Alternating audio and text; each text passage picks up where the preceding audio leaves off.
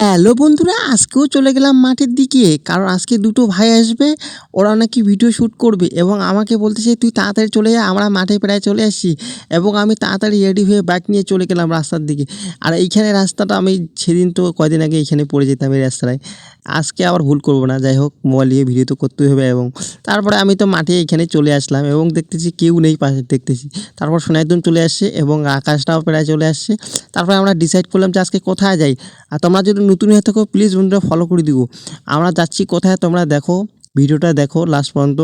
এবং আমরা এমন রাস্তায় আসছি কী আর বলবো, ওরে বাবা এইখানে রাস্তা যে এতটাই খারাপ, এত খাল দিয়ে নিচ দিয়ে যেতে হবে, কেউ সাহস পাচ্ছে না যে এই রাস্তা দিয়ে বাইক বাইক নামাবে।